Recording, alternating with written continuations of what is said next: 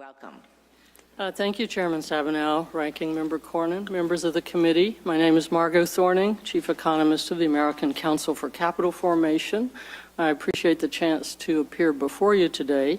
I would like to look a little bit at where we are with respect to our economy. The new GDP numbers came out today showing that for the first half of 2013, economic growth has averaged only 1.4%. That's far too low to have an impact on the high unemployment rate, 7.6%. So as we look at tax policy, I think it's very important that we look, as we think about reform, how it's going to impact new investment, how it's going to impact economic growth. One of the things I wanted to highlight is the contribution of the shale oil and shale gas revolution to our current job growth.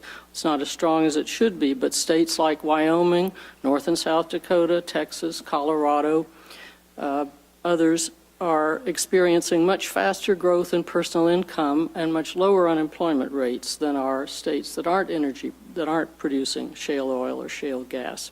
Furthermore, a new McKinsey Global Institute study just released a week or so ago shows that of the 5 game changers that could really help us restore economic growth, shale oil and shale gas are the #1 item. According to the McKinsey report, we could see GDP growth of between 2 and 4% by 2020 and an additional 1.7 million jobs.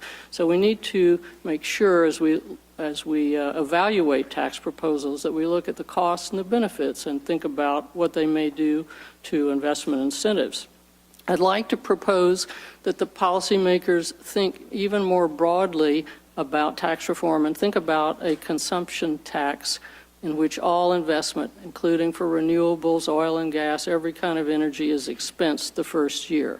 All investment would be expensed and saving would be taxed at a very low rate. I'd like to ask that you include in the record a new paper that my colleague Dr. Chebby and I just released on the impact of a consumption tax and what it could mean to the capital stock and to job growth. So a consumption tax would be the best way to go forward, as a Treasury analysis in 2006 indicated. And I draw your attention to the table in my testimony that shows how much stronger the capital stock would grow if all investment could be expensed immediately. And consumption was the tax base rather than income. But if policymakers can't make that leap and can't get there in the near term, at least consider the impact of cash flow on investment. Recent research by academics shows that for firms that have ready access to capital, each dollar of cash flow generates about 33 cents of new investment. And for firms with not such strong access to capital, each dollar allows another 66 cents of new investment. And recall that each $1 billion of investment in the U.S. is associated with 22,300 new jobs.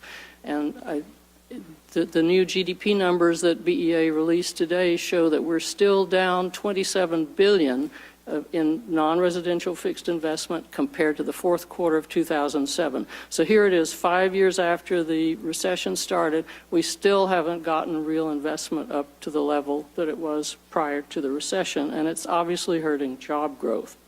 So I'd like to look a little bit at the provisions that impact oil and gas industry.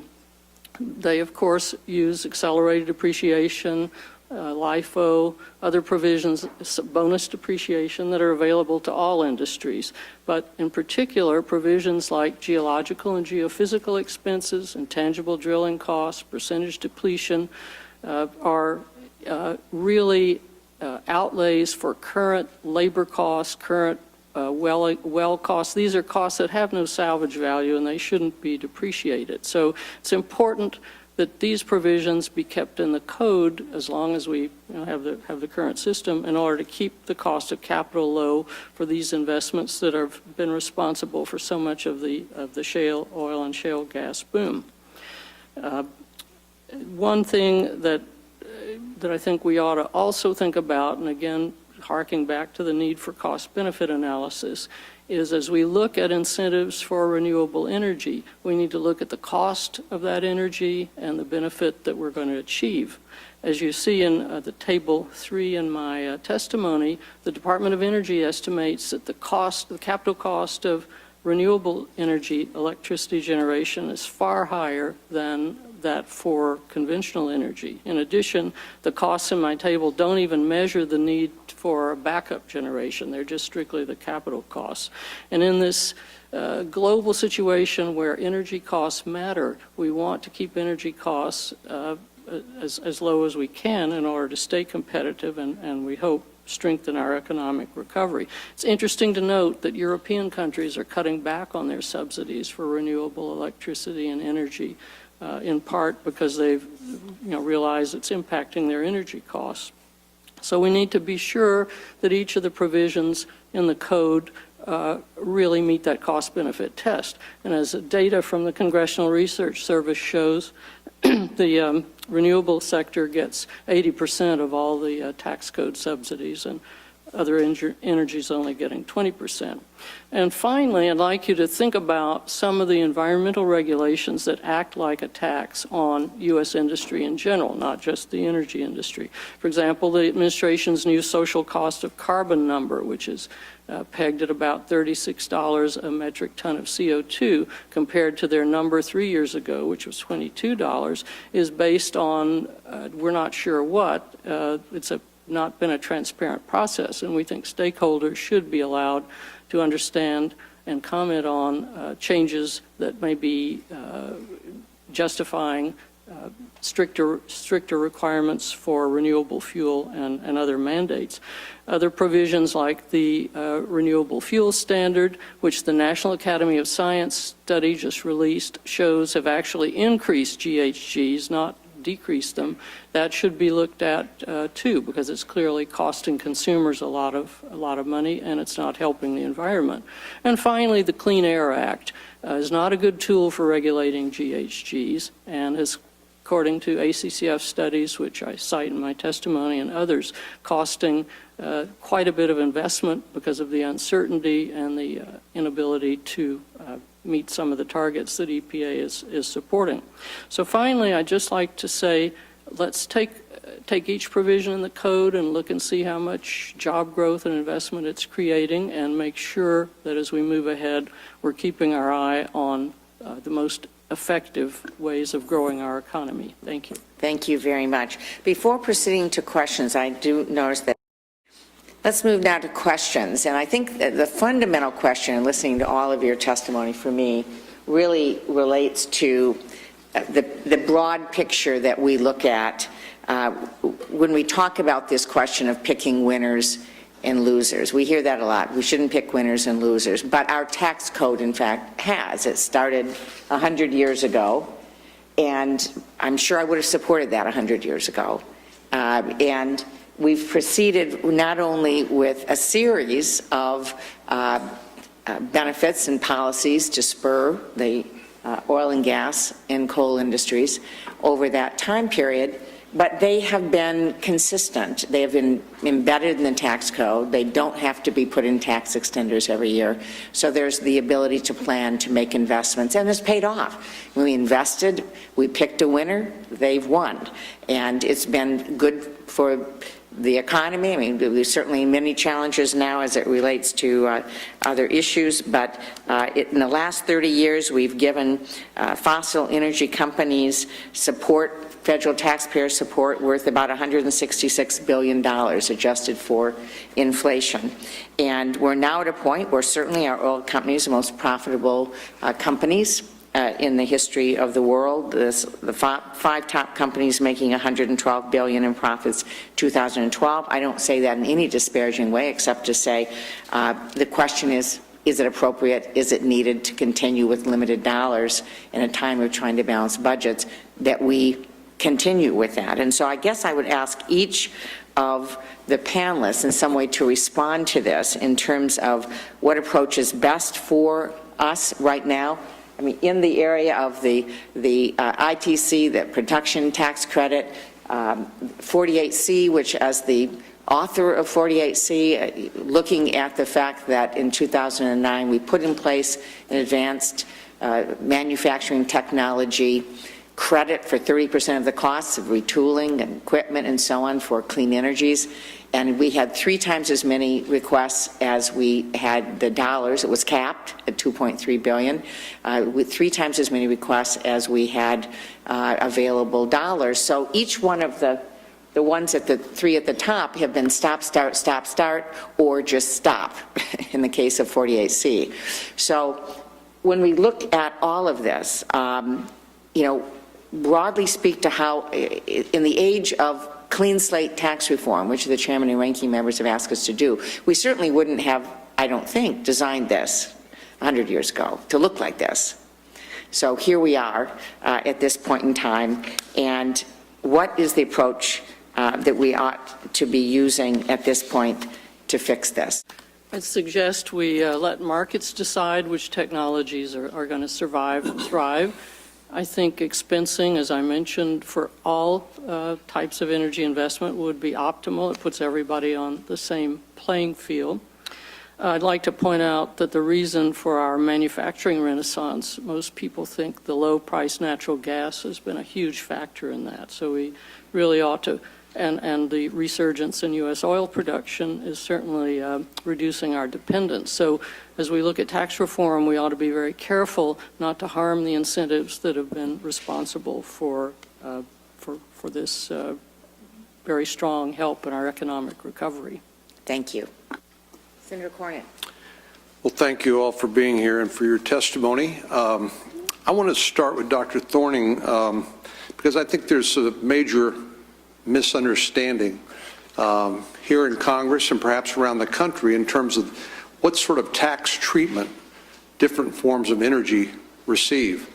I've heard some people suggest that oil and gas receive special tax treatment that is unavailable to other industries or other businesses. I'm sure there's some specialized ones, and you'll mention those. But I was struck by your testimony that of the tax benefits available to the energy sector, 80% of them flow to renewables already.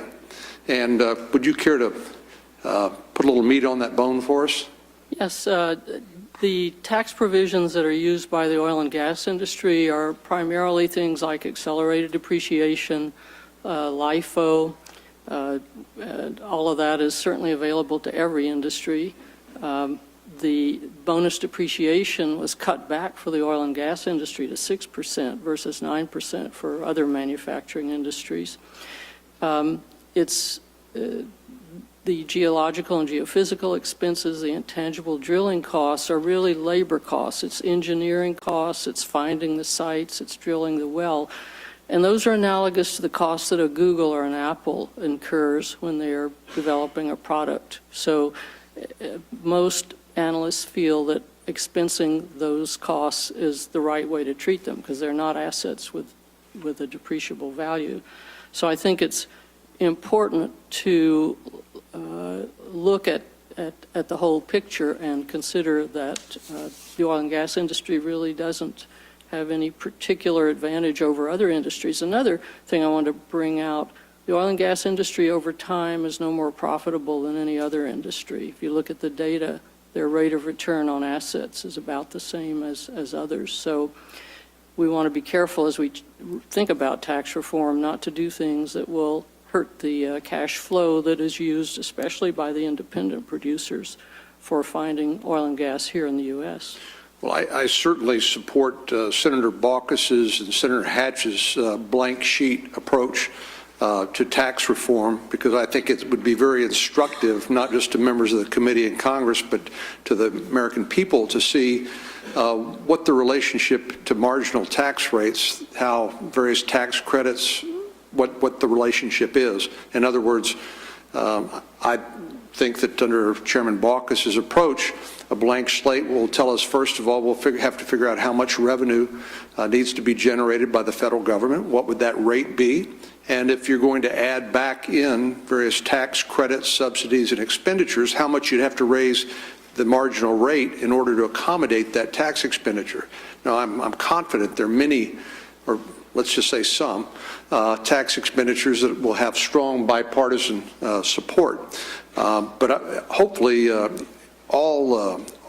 everyone will have to compete and will have to make their case. I would just, one more question, Dr. Thorning. I'm intrigued by your table table 5 on page 20. This is something else that I think is not well understood. In other words, there are some that would suggest, again, that the oil and gas industry actually gets tax dollars. And my experience is, while they are subject to much of the same tax treatment as other similar enterprises, that they actually pay taxes, unlike many of these other enterprises. Can you explain the effective tax rate on energy-related capital investments and how that relates to the tax treatment by the federal government of different forms of energy? Well, as you can see in Table 5, which I drew from a Congressional Research Service testimony by Molly Sherlock, the integrated oil drilling companies, the refiners, are actually paying effective rates of between 15.2 and 19%, whereas the renewable energy sector is benefiting in many cases because of the production credits and the other incentives. They're experiencing highly negative tax rates. In other words, they're getting a check from the government? Yeah, the wind industry's effective tax rate is minus 164%, and the solar thermal is minus 245%. So these industries are benefiting from taxpayer subsidies, and then when you look at the costs and the benefits of that energy, you have to wonder if those incentives are really justified. Okay, and Ms. Thorning, when you were talking about the amount of money spent on renewable energy versus fossil fuel energy, were you talking about 1603? No, the tax code, the Congressional Research tabulation of all the incentives in the code shows that 80% of them are going right now to the renewable sector, 19%. I think there's something like $40 billion in tax incentives for the fossil fuel industry in various forms. So I don't know, definitely don't think we're spending $40 billion on renewable energy. So maybe we could compare notes and come up with a...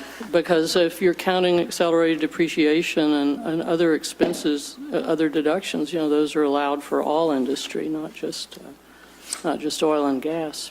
So I believe it's the case that the renewable sector is benefiting, as I showed in Table 5, from the quite negative effective tax rates. And so it's a question of whether the cost to the American taxpayer is worth Well, what we're getting. I would love to compare notes, because I definitely think we're spending a lot more on fossil fuel incentives today than we are on renewable energy. But maybe we can compare notes and come up with something, and we can at least agree on the facts of what those things are. So that'd be helpful. Thank you so much. Did you want to say anything about a technology neutral approach? Well, I think it's, as I said in my opening statement, allowing expensing for all energy investments is the most neutral way to go, and let the market decide what's going to be put in place. Thank you. Thank you, Ms. So here's my other question for the panel, and why don't we just start at the other end with you, Ms. Thorning, and Mr. Coleman. Is there, in your view, any kind of measure? I guess the fancy word is to call it a metric. It probably doesn't count in Washington unless you call it a metric, but to me it's just kind of a plain old measure. That a technology is competitive in the marketplace and then would no longer be in need of government assistance. We can start with you on this one, Ms. Thorning. Is there any such creature here, a measure or a metric that would help us look at how we can have the innovation we want, a role for government, but recognize that the real challenge is to make sure we're generating the growth and the vitality in the private sector? Is there any measure that you know of? Well, that's a wonderful question, and I may have to reflect on it, but it seems to me, if you look at market prices, for example, LNG, liquefied natural gas and compressed natural gas is making inroads into the transportation sector with fleet vehicles and so forth. And the price per unit of BTU maybe is as good a metric as any, but I think it's important to, again, let the market decide which technology is best for transportation fuel. And your question, let me just go back quickly to the question about why are consumers not seeing much benefit at the pump in terms of reductions in natural gas, gasoline prices, as Mr. Riker said, it's determined in international markets. But most analysts feel that the U.S. extra billion barrels of oil produced last year has had some helpful impact in terms of keeping price from rising even faster. Another issue is whether the renewable fuel standards are raising the price of gas. Pardon me. So these are all things that are in addition to tax policy that I think we ought to be aware of. Dr. Thorning, you've twice now talked about the renewable fuel standard, and I just have to put my chair of the Agriculture Committee hat on and let you know I have a very different view on this. And as we look at how we level a playing field and create competition, I think we'd all start from saying competition is a good thing. It brings prices down if it's fair competition. And we certainly not see that at the pump in terms of availability of biofuels or other kinds of fuels at the pump to be able to get real competition to bring things down. But it is important, I think, when we look at biofuel producers, this whole discussion that's gone on about the renewable identification number, or the RIN, that's a part of what folks have said is a cost of this industry. And it's my understanding that when a biofuel producer sells biofuel, they get this credit, this RIN, and they give it to the buyer, which is the oil company, for free. There is no cost to that. It's given free. True, it's given free as part of buying the biofuel. Well, you have to buy the biofuel. You buy it. RIN's price, I think, has gone up to maybe $1.33 recently. So, it's a cost that has to be passed forward.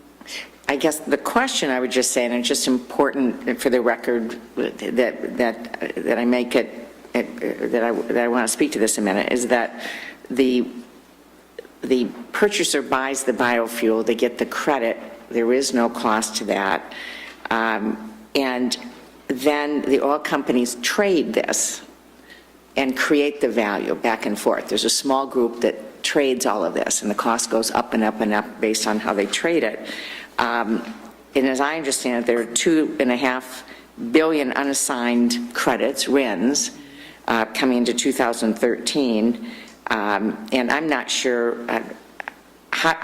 how we know how the RINs get valued. Do you have any idea how I'm not an expert on RINs either, but to me, as an economist, when I see the ever ramped up EPA requirements for blending renewable fuels with gasoline, and we see the gasoline consumption is down in the U.S., there's going to be a blend wall hit perhaps as soon as this year, according to a recent Bloomberg article, and that's bound to, impact prices and supply of gasoline. So I'm just saying we ought to take a look at this renewable portfolio, a renewable fuel standard, and see if it's still making economic sense, especially since the National Academy of Science report indicated it actually increases GHGs. And lastly, because ethanol does add octane to gasoline, even if the renewable fuel standard were cut back or eliminated, there would still be a market for biofuels. It wouldn't disappear. Well, we're looking forward in the Agriculture Committee of getting into this more, but I would just say that we don't have a transparent market at all in the market to determine how something given free to the companies that they then trade with each other, and then it goes up and up and up in value, and then there's a complaint about how high it is. It's an interesting system that's been put in place, but I would just suggest that if we were blending more biofuels, if we had more access at the pump, then it would alleviate the price in terms of the RIN and so on. It's interesting that those controlling the access are creating a system and then arguing that it's not working to create competition at the pump. It's a very interesting system. So we're going to get more into that, but I would just suggest if we had more competition with the little bit that we have from biofuels, it's estimated that the price on gas is 80 cents to $1 lower just with the little bit of E85 we have, and we don't have that much access to it. And so I'm looking forward to broader hearings on that one. And so, can I ask just yes, you may. one word? Yes, you may. Blend, did you say blend wall? Yes. What is that? Well, right now, gasoline consumption is falling in the U.S., in part because of fuel efficiency for cars and so forth. And so the fact that the EPA regulation mandates ever more use of renewable fuels each year, if you're not selling more gasoline, but you have to use the renewable fuel, you're going to hit a blend wall. It's like you have a coffee cup, and you have to keep pouring more cream into it and less coffee, which is the gasoline at the bottom. So there's a NERA study, which I'd be pleased to share with you, that looks at the economics of this and projects it will inflict significant costs on U.S. consumers. Thank you. The challenge is that more could be blended if there were more pumps and if there were more access to service stations, if there was more willingness to have it available. So that's the really larger debate in terms of whether or not it's available. In conclusion, I would like to ask each of you, though, and particularly Mr. Coleman, because in your testimony, when we look at this broad question of how we go forward on tax policy, how do we create a level playing field, make it technology neutral, let the market decide, create more competition for consumers, and, all of the things, jobs, address issues of a cleaner environment. There's a whole range of things that are very, very important. I feel like we go round and round about which preferences are what, or who's successful enough to be paying taxes, and so on. And we don't look at the fact that we're comparing one group that's at the 5-yard line and the others who are back just getting started. And we're not comparing this the same way. And I was interested in your testimony that you referenced a 2011 report by DBL Investors noting that federal spending on oil in the first 15 years of deployment was 5 times greater than what we have spent on renewables.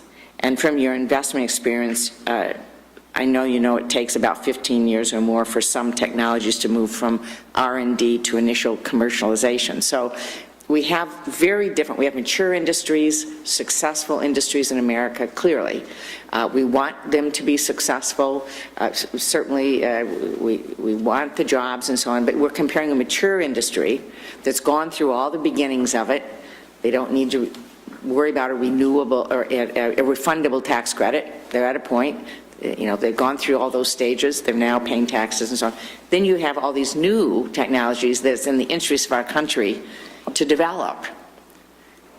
And so these debates go on around these when we're not at the same stage as we debate all of these. And so I'm wondering,